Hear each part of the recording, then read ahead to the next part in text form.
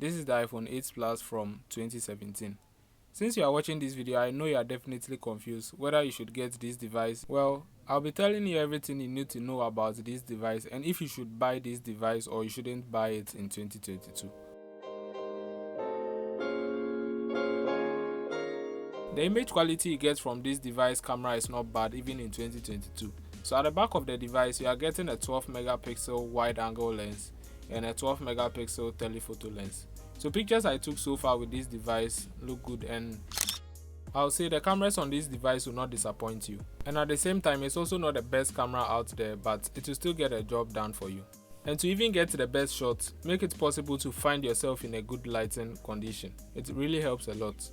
Portrait photos also look good, which is not bad and not exactly the same as what you get on these new iPhones. The only time you spot noise on an image is when you take photos at night, since there's no night mode feature on this device. But overall, images taken on this device are decent and you won't be disappointed. In terms of video recording, you'll be able to capture video in the highest resolution in 4K at 30 and 60 frames per second, 1080p at 30 and 60 frames per second as well. The front camera, which is 7 megapixel, can only record videos in 1080p at 30 frames per second. And some features you get are face detection and HDR. But how is the battery? So this is another important thing to check when buying a device.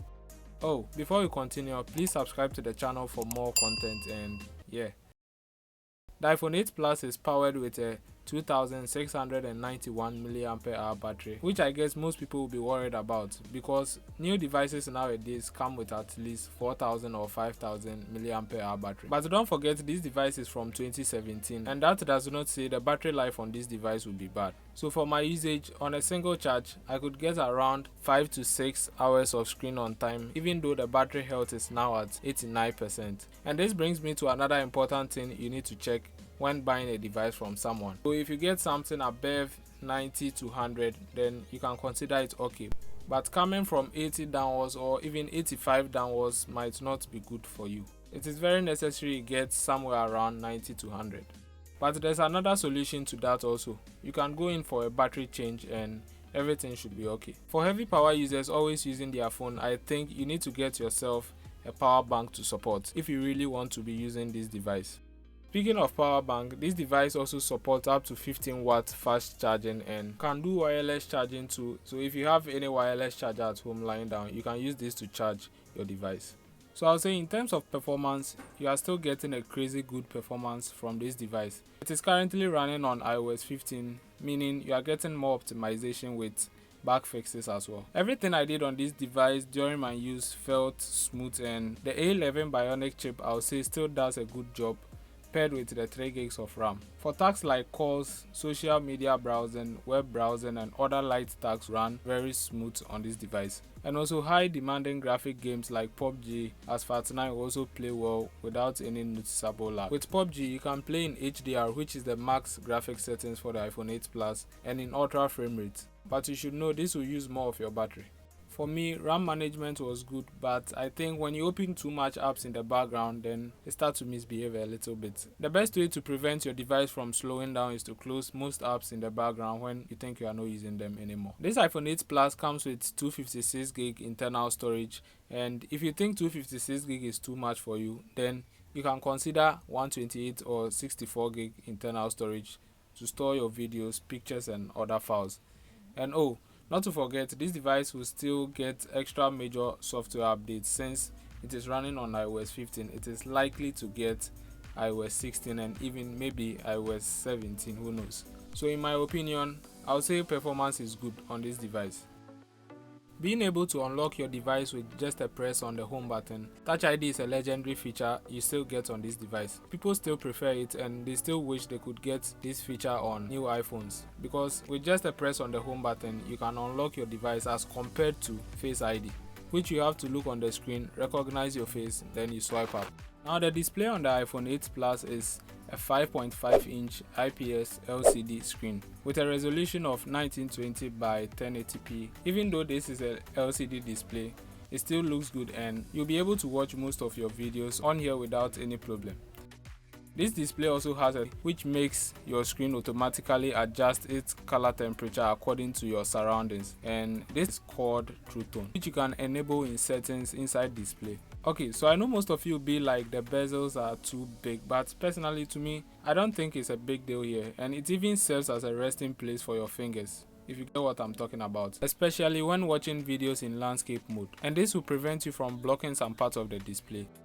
There's another interesting feature about the iPhone 8 Plus display, which is 3D touch. So 3D touch was replaced with haptic touch, which started on the iPhone XR, iPhone 11, iPhone 11 Pro Max, iPhone SE, and all these new iPhones available. 3D touch allows you to get quick access or quick options to some applications, so there's no need for you to open the application before you perform a specific task. So the design on the iPhone 8 Plus is very similar to what you get on the iPhone 7 Plus. Same screen bezels, large display, same camera setup on the rear, no headphone jack, and the same round edges most of us preferred. So at the back of the iPhone 8 Plus is a glass build, making it the first device in the iPhone series to ever have this kind of design. And at the same time, this made it possible for inductive wireless charging to be introduced on the iPhone 8 Plus and the 8 as well. The back design still makes this device feel premium even in 2022. So this color I have here looks very good to the eye, and there are other colors you can also get the iPhone 8 Plus in, which is gold, space gray, silver and red. So you can choose from any of these if you care about colors. But to me, I think the white looks very good. What do you think? Leave me a comment. So now to the main question. Should you buy the iPhone 8 Plus in 2022? Well, my answer to this question is no and yes.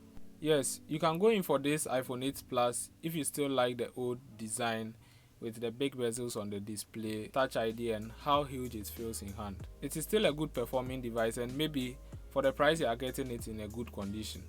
So if you are here in Ghana, you can go on this site and search for used iPhone 8 Plus with their prices around somewhere 1,500 to 2,000 cedis, and for $250 on eBay.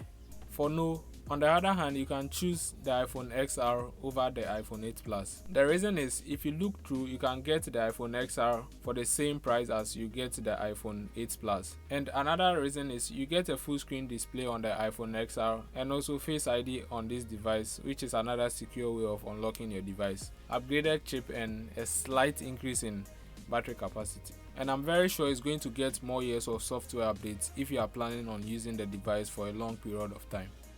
So now you know everything about this device. Please let me know what you think about the iPhone 8 Plus in 2022, and if you also have an iPhone 8 Plus, please leave me a comment down below.